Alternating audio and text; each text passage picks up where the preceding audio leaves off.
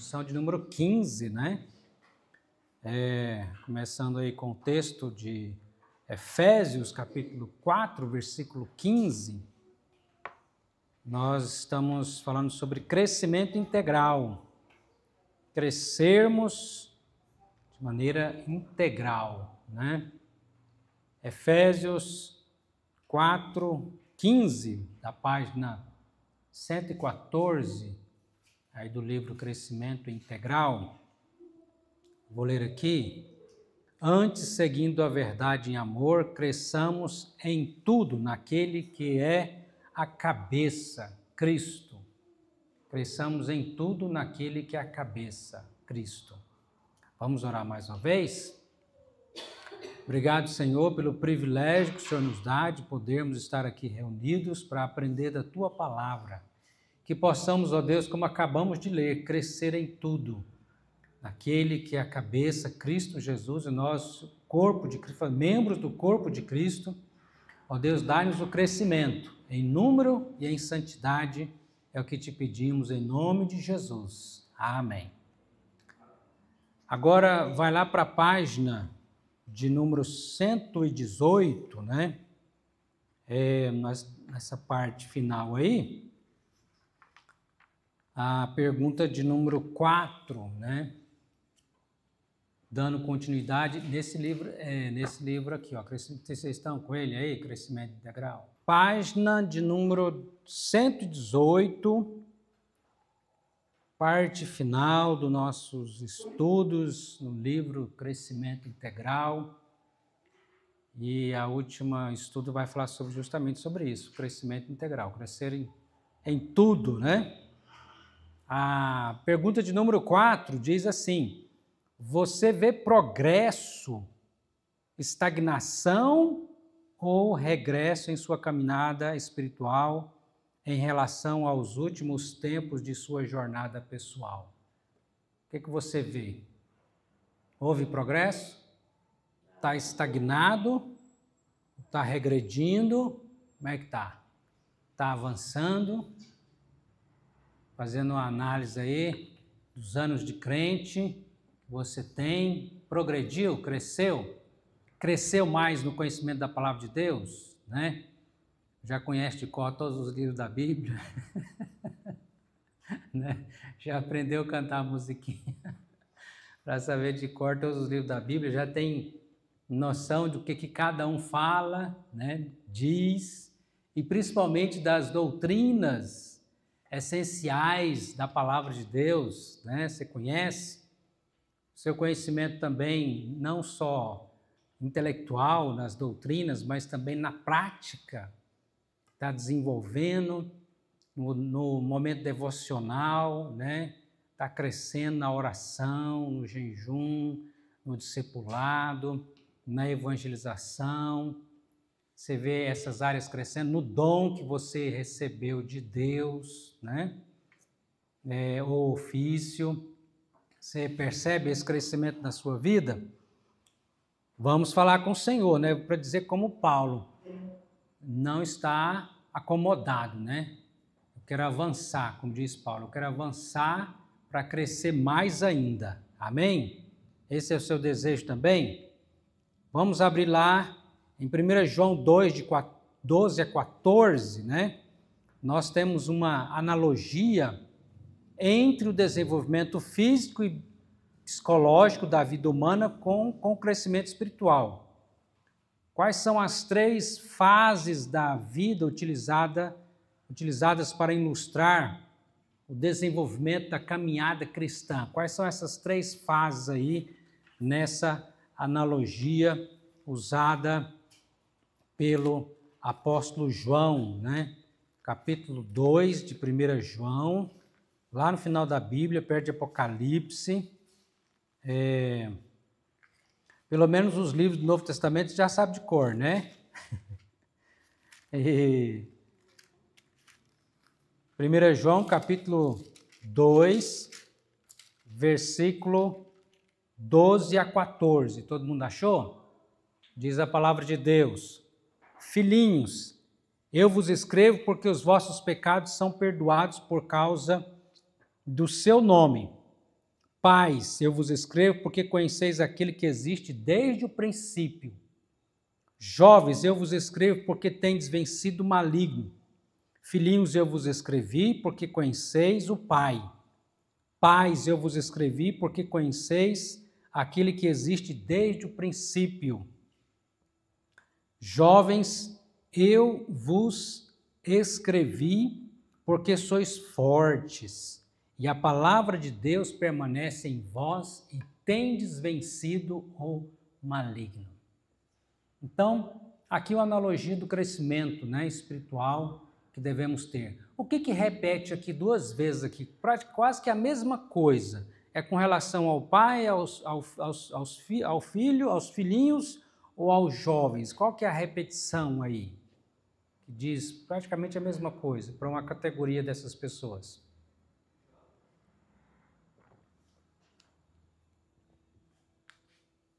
Será que é os jovens? Vamos ver com relação aos jovens, eu vos escrevo porque tens vencido o maligno. Fala também com isso aí, né? Para os jovens, acrescenta um pouco mais, depois no final. Jovens eu escrevi porque sois fortes, a palavra de Deus permanece em vós e tens vencido o maligno. E pais, olha só, que repete a mesma coisa. Pais, eu vos escrevo porque conheceis aquele que existe desde o princípio.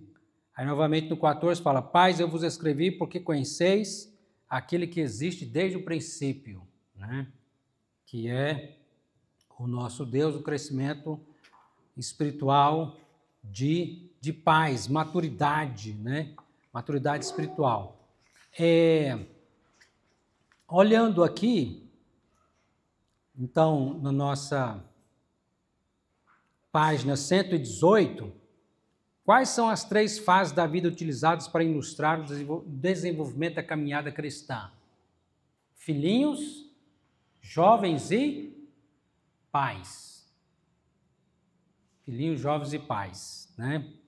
O que a Escritura diz sobre filhinhos? O que diz sobre os filhinhos aí? É a letra A, né, da pergunta. O que a Escritura diz sobre os filhinhos? Verdade que também, não só nesse contexto aqui, mas em outros momentos da carta, o apóstolo João usa esse termo para tratar da igreja, dos irmãos em Cristo, né? Filhinhos, eu vos escrevo, tal, para se referir também à igreja como um todo. Mas ele diz aqui 2 vezes, né, no verso 12 e 14, filhinhos, eu vos escrevo porque os vossos pecados são perdoados por causa do seu nome. Nome de quem? Nome do Senhor Jesus. Filhinhos, eu vos escrevi porque conheceis o Pai. Então, o que está te falando aqui sobre os filhos? Que os pecados deles são perdoados, isso remete ao quê? A conversão, né? A vida nova e uma vida também de santificação.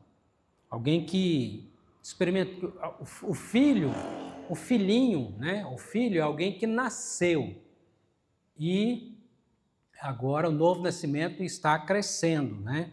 Nasceu espiritualmente. E no verso 14, filhinhos, eu vos escrevi porque conheceis o Pai. Tem também uma relação com o Pai que antes não havia, né? Realmente agora é filho de Deus.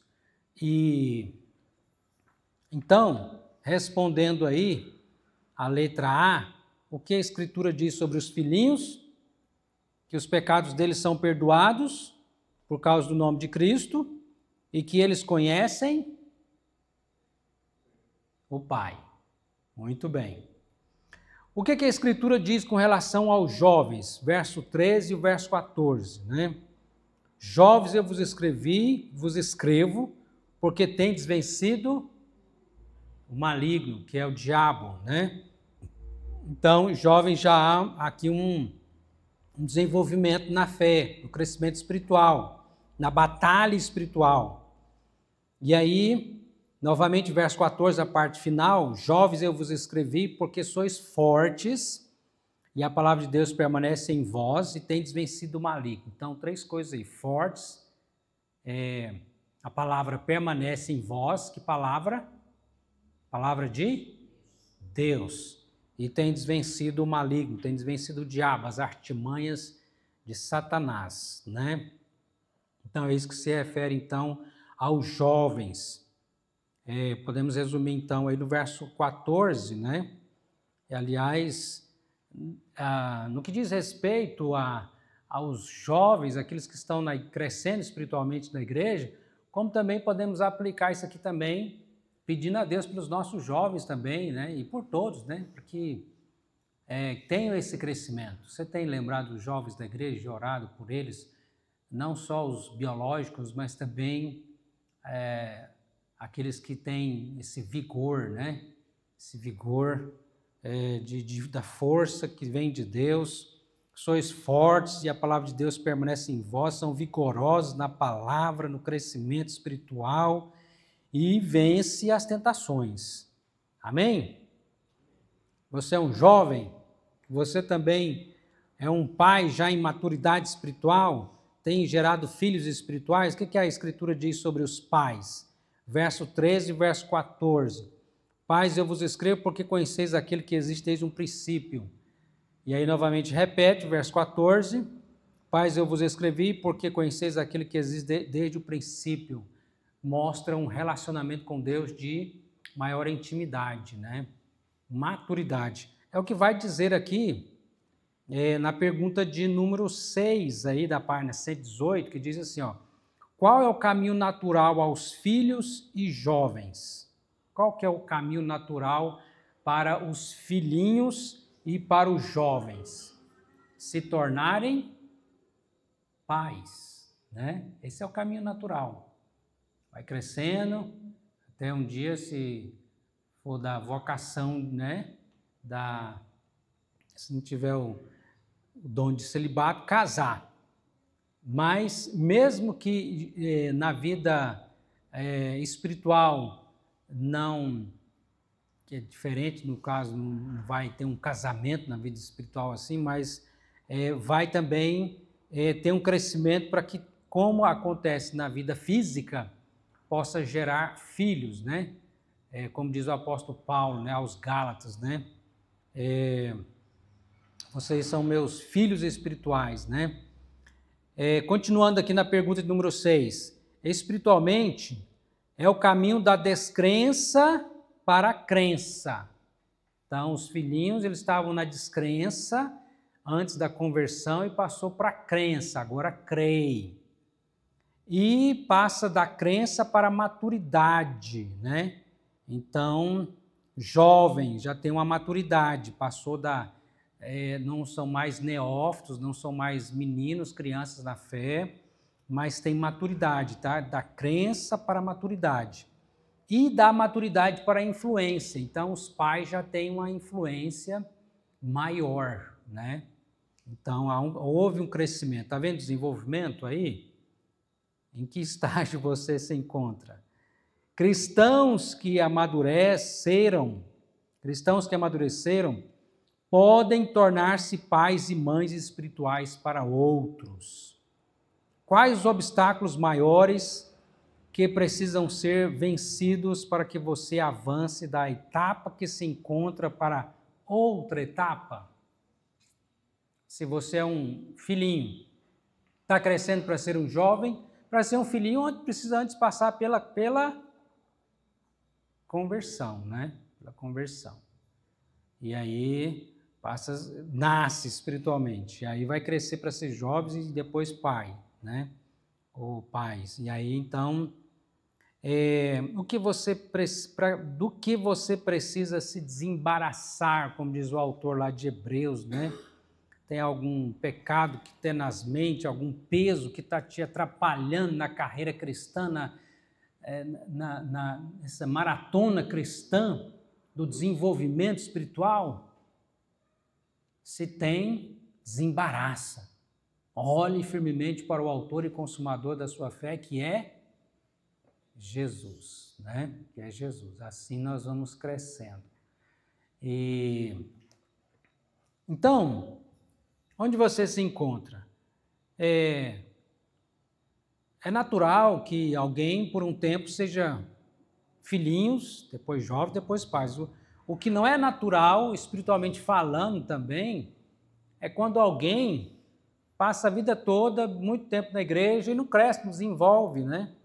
Já era para ser pais, Era para estar gerando filhos espirituais, mas estagnou, está lá, é imaturo ainda, né? É imaturo.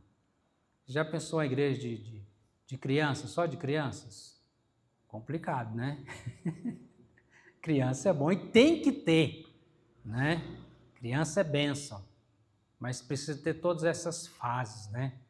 Não pode ser, a gente não pode ser imaturo toda a vida. Tem que haver crescimento. Amém? Então, vai falando com Deus e respondendo aí essas questões. Nós já vamos para número 7, falando aqui de Hebreus, né? Há um grande segredo para os que desejam avançar, que está em Hebreus 12, de 1 a 3, que precioso segredo é este? Então vamos lá em Hebreus, vamos ver um segredo que não é um segredo, né? Só maneira de dizer, que já está aqui para nós conhecermos. É um segredo para quem que não lê a Bíblia, né? Mas para quem lê a Bíblia, está aí, claro, para nós. Hebreus 12, de 1 a 3. Portanto, também vós, visto que temos a rodear-nos tão grande nuvem de testemunhas, desembaraçamos de todo o peso do pecado que tenazmente, olha aí, fortemente, o pecado te assedia como? De leve? De mansinho? Não, fortemente, nos assedia. Corramos com perseverança a carreira, a maratona que nos está proposta. Quem que esses dias está assistindo, está vendo aí, nem que seja um pouco das Olimpíadas, todo mundo está vendo? Está gostando de ver os atletas? Né? Então, as partes boas, as partes não tão boas, né? As partes tristes, né?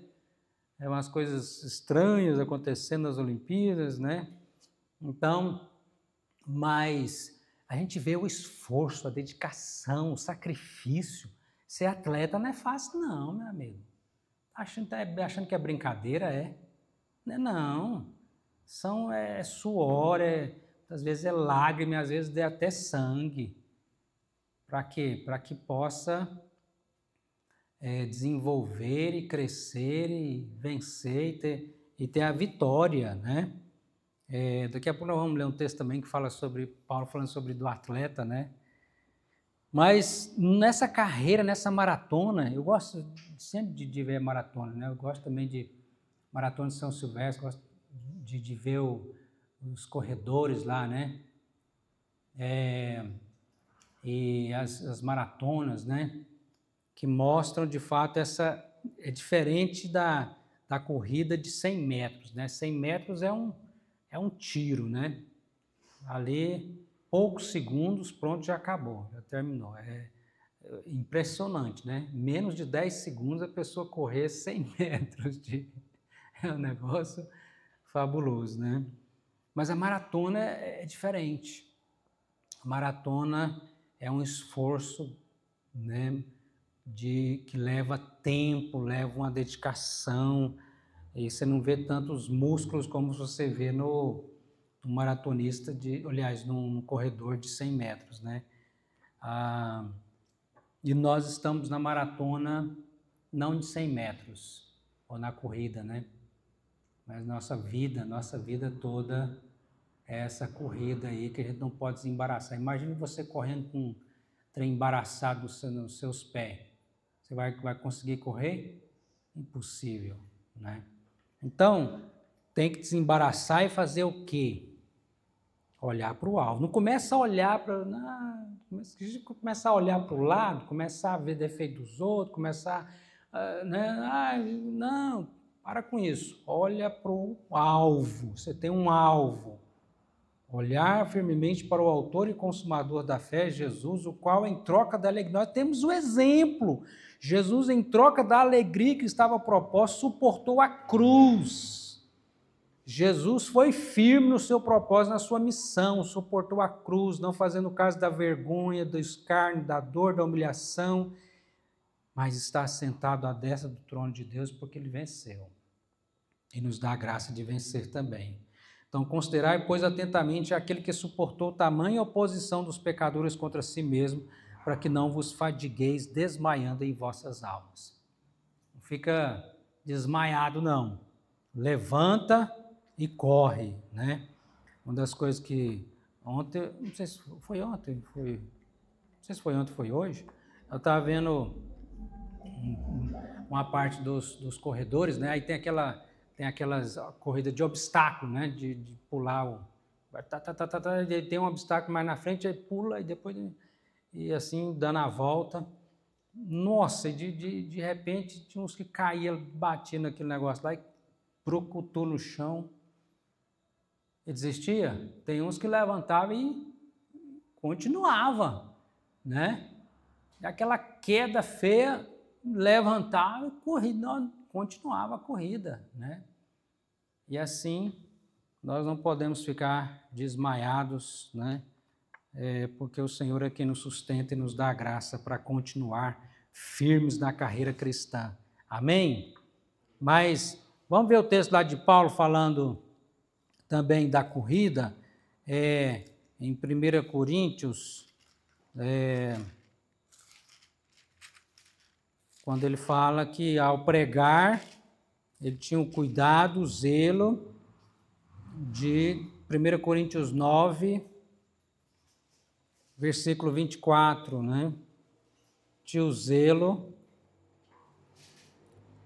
a partir do verso 23.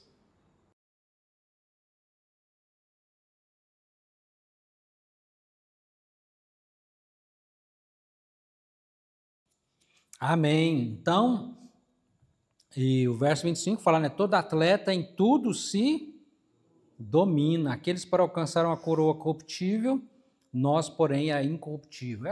A medalha daqui, por mais brilhante que seja o ouro, é corruptível, né? Só tem esse valor terreno aqui. Mas a nossa medalha, a nossa coroa celestial, essa é incorruptível, né? Incorruptível. E aí Paulo fala que ele esmurrava a si mesmo, no sentido de que ele dobrava o seu corpo a si mesmo, no sentido dele se humilhar, se prostrar, para que, tendo pregado a outros, ele não viesse a ser desqualificado, diz o verso 27, né? Para que eles pudessem realmente ser um exemplo de perseverança, né? Olhando firmemente para o autor e consumador da sua fé, o Senhor Jesus. Amém? Você está fazendo assim também? Então, qual que é o segredo? Perseverar olhando para Jesus, né? Desembaraça e bora correr para o prêmio. Muito bem, né? Eu até estava brincando com os meninos, falei, que por incrível que pareça, vocês estão olhando para um ex-atleta, viu? Eu já corri, já ganhei medalha, já, né? Aí, os meninos não estavam acreditando muito, não. Eu tenho que achar essa medalha de bronze que eu ganhei, que vale ouro, que eu me esforcei. Né? Então, foi lá em Goiânia, na maratona da corrida, né? Dos jovens, das federação de jovens, né? Aí eu participei lá, tinha ping-pong, tinha, que é o tênis de mesa, né? E as corridas também. Aí eu participei de uma corrida lá, consegui ter uma medalha de bronze lá, né? Nem sei onde é que está essa medalha. Mas tem que ter perseverança. Vamos para número 8. Naquela mesma epístola, há uma recomendação de como devemos considerar aqueles que se dedicaram ao nosso crescimento espiritual. Leia Hebreus 13, 7 e 8 e registra em poucas palavras o valor do seu discipulador para o seu conhecimento e amor a Cristo. Também registre sua gratidão a Deus por ele e por outras pessoas que se dedicaram ao desenvolvimento da sua vida espiritual. Então, Hebreus 13, 7 e 8, né? Então, bora lá. Hebreus 13, 7 e 8, que diz: lembrai-vos dos vossos guias, e aqui, pastor Jean, sabiamente coloca também, não só o guia aqui como sendo um pastor, mas um discipulador, né? Também é um guia para nos ajudar no crescimento espiritual, como os pais, né? Como os pais, os quais vos pregaram a palavra de Deus e, considerando atentamente o fim da sua vida, imitai a fé que tiveram. Jesus Cristo, ontem, hoje, é o mesmo e será para sempre. Então, como nosso Senhor não muda, né? Graças a Deus, Ele nos dá homens e mulheres para nos ajudar no crescimento espiritual. Quem foi seu discipulador? Quem foi seu pai na fé? Quem te ajudou ou tem te ajudado a crescer espiritualmente? Você tem pessoas que têm abençoado a sua vida? Amém? E você? Tem abençoado a vida de outras pessoas? Também? Você está ajudando outros a crescer, a conhecer, né, a palavra de Deus, sendo também um discipulador e ajudando, né, no desenvolvimento espiritual. É assim, né? Porque nós somos a família de Deus. Como acontece numa família, né, os pais estão ali cuidando para que os filhos possam crescer, né, em todas as áreas, né? Pelo menos deve ser assim, né? Apesar das famílias estar tão desestruturadas nos nossos dias, né? Mas os pais estão ali para que os filhos possam crescer, né? E eles serem bênção na vida dos filhos, né? Muito bem, tá vendo aí? Filhinhos, jovens e pais. Então, também registre sua gratidão. Aí está esse espaço aí para você registrar sua gratidão a Deus por ele e por outras pessoas que se dedicaram ao desenvolvimento da sua vida cristã.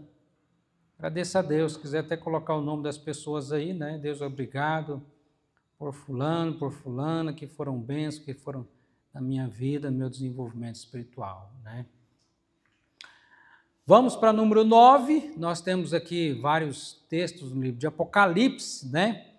A jornada do discípulo dura por toda a sua vida, encontrando à frente a eternidade e a concretização de todas as promessas feitas pelo seu Senhor.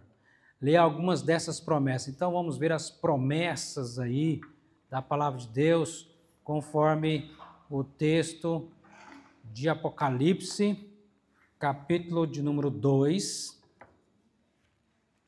Aqui nós temos as promessas todas relacionadas aí à igreja, né?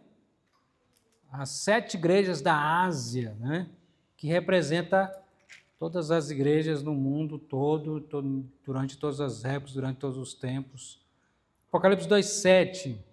Aquele que tem ouvidos, ouça o que o Espírito diz às igrejas. Qual que é a promessa? Ao vencedor, dar-lhe-ei que se alimente da árvore da vida que se encontra no paraíso de Deus. Amém? Você vai se alimentar dessa árvore? Você é um vencedor? Em Cristo Jesus nós somos, né? Capítulo 2, verso 11, outra promessa. Quem tem ouvidos, ouça o que o Espírito diz às igrejas. O vencedor, olha aí, de novo, você. O vencedor de nenhum modo sofrerá dano da segunda morte. Você não vai sofrer dano da segunda morte. Promessa de Deus. Capítulo 2, verso 17. Quem tem ouvidos, ouça o que o Espírito diz às igrejas. Ao vencedor dar-lhe do maná escolhido, bem como lhe darei uma pedrinha branca, e sobre essa pedrinha escrito nome novo, o qual ninguém conhece, exceto aquele que recebe dele. Alimento de Deus, né? E esse novo nome que o Senhor nos dá como filhos, sim. A morte eterna, né? Segunda justa, muito bem. Segunda morte, ele está falando da morte eterna, né? Não é a morte física, né? Morte física, nós podemos passar por ela se Jesus não voltar antes, mas vamos ressuscitar para ter um corpo glorificado. Mas a morte eterna, que é a segunda morte, conforme diz também o livro de Apocalipse, essa nós estamos livres, né? Muito bem. Capítulo 2, verso 26 a 29, outra promessa que nós temos aí, ao vencedor. Olha, toda vez, está vendo como que você é chamado? Nós somos chamados ao vencedor, que guardar até o fim as minhas obras, eu lhe darei autoridade sobre as nações, e com o cedro de ferro as regerás e as reduzirás a pedaços, como se fosse objeto de barro. Assim como também eu recebi de meu Pai, dar-lhe ainda a estrela da manhã. Quem tem ouvidos, ouça o que o Espírito diz às igrejas. Então, nós reinamos com Cristo, né? Reinamos com Cristo. Também, capítulo 3, verso 5, outra promessa. Lembra-te, pois, do que tens recebido e ouvido, guarda-o e arrependa-te. Verso 5. Será que tem vencedor de novo aí? O vencedor será assim vestido de vestiduras brancas e de nenhum modo apagarei o seu nome do livro da vida. Olha o seu nome escrito lá no livro da vida. Pelo contrário, confessarei o seu nome diante de meu Pai, diante dos seus anjos. Amém. Capítulo 3, verso 12. Será que tem vencedor de novo? Ao vencedor, falo-ei coluna no santuário do meu Deus, e daí jamais sairá. Gravarei também sobre ele o nome do meu Deus, o nome da cidade do meu Deus, a nova Jerusalém que desce do céu, vindo da parte do meu Deus, e o meu novo nome. Glória a Jesus. E por fim, 3:21. Será que tem vencedor de novo? Ao vencedor, dar-lhe-ei sentar-se comigo no meu trono, assim como também venci e me sentei com meu Pai no seu trono. Amém. Que a igreja, sendo o corpo de Cristo, nós estamos unidos eternamente a Cristo, né? Então, por quantas vezes Deus aqui, sem falar das promessas, né? Por quantas vezes Deus te chama de vencedor aqui? Então, 7, 8 vezes Deus te chama de vencedor. Por que você está duvidando ainda que você é vencedor? Se é Deus que está te chamando que você é vencedor, que você é vencedora. Né? E você é vencedor por causa das suas obras? Porque você é muito bom? Você é o cara? Não. É por causa de Cristo, né? Ele nos deu a vitória, né? É bom demais saber que nós já somos vencedores em Cristo Jesus e nós já sabemos, nós temos essa convicção, essa certeza, né? A gente não precisa de ficar aflito sem saber como será o final, né? Nós já sabemos e temos essa certeza da palavra de Deus que nos diz que somos vencedores em Cristo Jesus. Amém? Corramos, diz o texto, né? Com perseverança a corrida que nos é proposta, tendo os olhos fitos em Jesus, o autor e consumador da nossa fé. Que possamos declarar nos últimos instantes da nossa jornada: combati o bom combate, terminei a corrida, guardei a fé. Agora me está reservada a coroa da justiça, que o Senhor, justo juiz, me dará naquele dia, e não somente a mim, mas também a todos que amam a sua vinda. Você ama a vinda de Jesus? Amém? Você aguarda a vinda de Jesus? Jesus pode voltar agora? O que vai acontecer se ele voltar agora? O que vai acontecer? Jesus voltar agora, Arthur, Heitor? Jesus voltar agora, nesse momento. O que vai acontecer?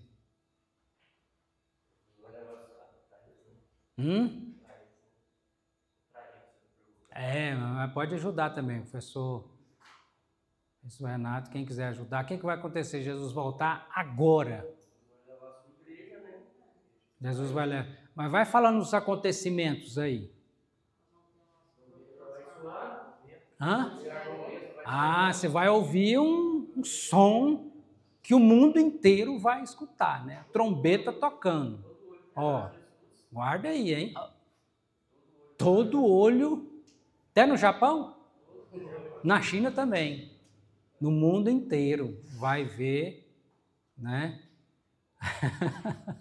Aí não vai ter noite nem dia, aí não vai ter nada que vai atrapalhar as pessoas de verem a Cristo, né? Todo olho verá a volta de Jesus. E aí tem dois acontecimentos muito marcantes também, né? Nessa volta aí, né? Aqueles que morreu, pensa o tanto de gente ressuscitando naquele cemitério ali. Eita, vai ser muita gente, hein? Já deve ter enterrado ali uns 2, né? Uma turma. Então, os mortos vão ressuscitar primeiro, e nós que estamos vivos, um piscar de olhos. Pensa num corpo 0 quilômetro você vai ganhar. Agora, que maravilha.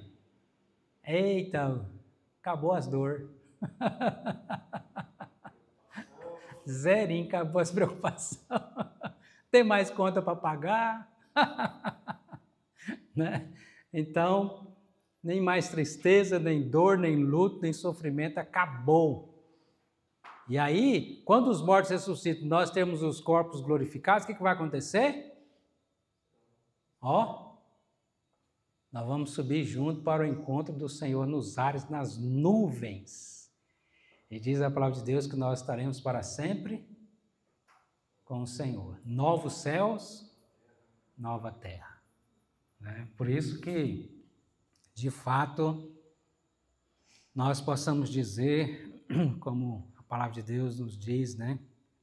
Maranata, vem, Senhor Jesus. Maranata significa vem, Senhor Jesus. Vem, Senhor Jesus. Vem, Senhor Jesus. Amém? Enquanto Jesus não volta, se não for hoje, se não for amanhã, o que você vai fazer? Aguardar. O que mais? Na última página aqui tem uma dica importante. O que tem essa última página aqui? Ler a sua Bíblia, meditar e crescer espiritualmente, né? Guia devocional, olha que beleza, né? Você vai fazer sua devocional todo dia, para você crescer espiritualmente. Aí está uma sugestão, você coloca o texto bíblico, né? Depois de orar e ler atenciosamente o texto bíblico, resuma o que você entendeu, faz um resumo. Eu entendi isso, né?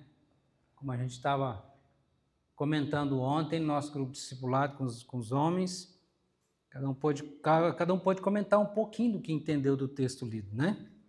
E aí, escreva as principais lições práticas que a porção bíblica lhe ensina. O que eu tenho para aplicar para a minha vida, né? Naquilo que eu estou lendo aqui, hoje, nessa devocional. E por fim, escreva o seu desafio diante dessas lições em forma de oração a Deus. Registre também seus pedidos de agradecimento nesta oração. Então, começa orando, termina orando, a sua devocional para que você possa crescer espiritualmente, né? Porque se você está aqui, você nasceu espiritualmente porque você já é filho, né? Filhinho, passou a ser jovem e agora pais, para que assim a gente possa ter maturidade e sermos também, gerarmos, né, filhos espirituais. Amém? Esse é o seu desejo? Desejo para a sua igreja, para a nossa igreja? Oremos por isso, né? Então, nos ajude em oração, que quinta-feira que vem já vamos entrar aqui, ó. Olha que sustância também, né? Sobre os estudos. Tá aqui, quem quiser já levar o seu, mesmo se não tiver dinheiro, não tem problema não, paga depois. Importante que você já vai saboreando aí. Só de você ver o índice aqui, você já vai ver que bênção que é, né? E nós vamos estar entrando quinta-feira que vem, se Deus quiser, aí nas primeiras lições, na primeira lição, né, desses estudos para crescimento espiritual e assim também sermos uma bênção na vida das outras pessoas. Aqui tem algumas partes anteriores aqui mostrando também como usar esse material em pequenos grupos também, né? E depois, na página de número 40, né? Nós temos aí o primeiro estudo, né? Sobre o primeiro mês, né? Muito bom. Amém? Oremos ao Senhor. Deus querido, Deus amado, obrigado pelo privilégio que o Senhor nos dá de crescermos, ó Deus, no conhecimento da palavra, na prática dessa palavra, e que possamos, ó Deus, ter maturidade espiritual. Que a tua igreja, ó Pai, possamos ter filhinhos, jovens e pais, para que assim, ó Deus, possamos ser uma igreja saudável, ó Deus, onde haja maturidade também, onde uns vão ajudando os outros a crescer espiritualmente, ó Deus, e nós nos esforçando para sermos, ó Deus, discipuladores, abençoando a vida de outras pessoas, porque a tua palavra chegou a nós e agora, ó Pai, nós temos a oportunidade de compartilhar. Obrigado, meu Deus, pela vida dos meus irmãos e irmãs, nos fortalece, nos enche do Espírito Santo, é o que nós te pedimos e te agradecemos em nome de Jesus. Amém.